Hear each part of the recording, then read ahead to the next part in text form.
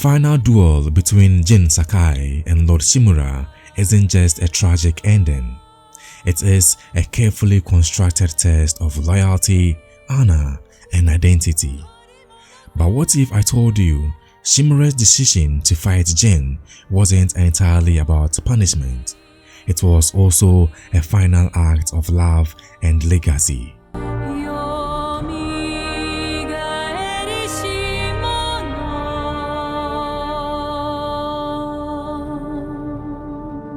The battle atop the autumn-stained hill is one of the most emotionally charged moments in Ghost of Tsushima.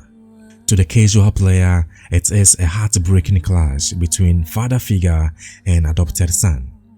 But beneath the surface lies a much deeper truth.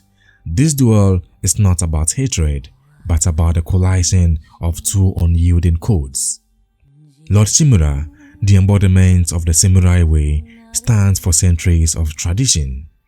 Jin, the ghost, represents a new path, one that defies the Shogun's order but saves the people of Tsushima.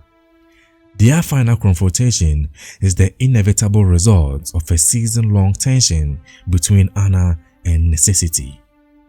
From the very start, Shimura molds Jin to be a perfect samurai, disciplined, respectful, and obedient to the code. For Shimura, the samurai way is more than rules. It is the backbone of social order in Japan. Without it, society falls into chaos. But the Mongol invasion changes everything. Khotun Khan's strategies are unlike any enemy the samurai have faced. Psychological warfare, deception, and cruelty on a scale that breaks traditional battle rules. The old ways cannot stop him. Jin sees this firsthand and slowly realizes that clinging to honor at the cost of lives is its own kind of betrayal. This is where the first cracks form. Jin's use of stealth kills and ambush tactics horrify Shimura, not because they are ineffective, but because they are dishonorable. For Shimura, winning without honor is the same as losing. But for Jin, honor without victory is meaningless. Now, here is the part most players overlook. Shimura's duel with Jin is not just the Shogun's order for execution. Yes, the Shogunate demands Jin's death for defying tradition, but Shimura still has a choice in how to face it. Instead of sending another samurai to kill Jin, Shimura insists on doing it himself. Why? Because for Shimura, this is a final test not of skill but of loyalty. If Jin chooses to fight and kill him, then Jin has truly left the samurai path forever.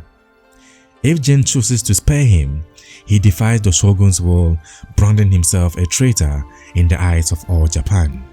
No matter what Jin does, the outcome cements his destiny, and Shimura knows this. This is his way of forcing Jin to confront the full weight of his actions. Shimura is not blind to what Jin has accomplished. In fact, he respects Jin's bravery and success against the Mongols. But he believes that if the ghost is allowed to exist, it will inspire others to abandon the samurai code. To Shimura, Jin's methods are a dangerous precedent that could unravel the entire feudal order. Killing Jin would preserve the code, even if it cost Shimura his heart. Sparing Jin would betray the Shogun but show mercy. Both parts are soaked in loss, and Shimura accepts that his role is to carry out whichever truth Jin chooses to leave behind. This is why Shimura asks Jin in that final moment to grant him an honorable death, one befitting a samurai lord. If Jin refuses, Shimura lives with shame. If Jin agrees, Shimura dies with pride, but Tsushima loses its ghost. It is a lose-lose situation for them both, and that is exactly why it is so powerful. So what makes this duel so devastating is that there is no real villain here. Shimura does not hate Jin, he loves him as a son.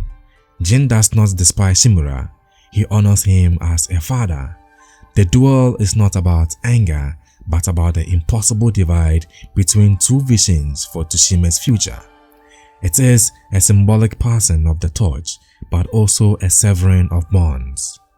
Shimura dies or lives knowing his teachings shaped Jin, even if Jin walks a different path. And Jin lives knowing that saving his people meant losing the only family he had left. In the end, Shimura had to fight Jin because the samurai code demanded it, but deeper still because it was the only way to make Jin face the consequences of becoming the ghost. It wasn't just punishment, it was a lesson, a final unspoken act of loyalty. So tell me, Ghost of Tsushima, in that final moment, did you truly kill a man or an era? That'll be it for today. I'll see you in the next video. Bye bye for now.